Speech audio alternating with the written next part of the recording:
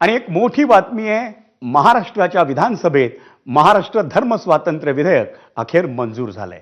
विरोधकांकडूनही धर्म स्वातंत्र्य विधेयकाचं स्वागत करण्यात आलं. खास करून ठाकरेंच्या शिवसेनेनं या विधेयकाला सभागृहात पाठिंबा दिलाच, पण स्वतः उद्धव ठाकरे यांनी देखील प्रसिद्धी माध्यमांशी बोलताना या धर्म स्वातंत्र्य विधेयकाला पाठिंबा दिला होता.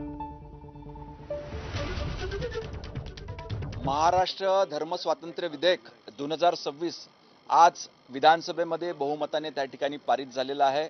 संपूर्ण महाराष्ट्रातली जनता ज्या कायद्याची वाट बघत होती, आज सभागृहातल्या बहुमतातल्या सदस्यांनी त्याचा स्वीकार केला आणि अभिनंदनाने आज हा विधायक नवीन कायदा महाराष्ट्राच्या विधानसभेत पारित झाला.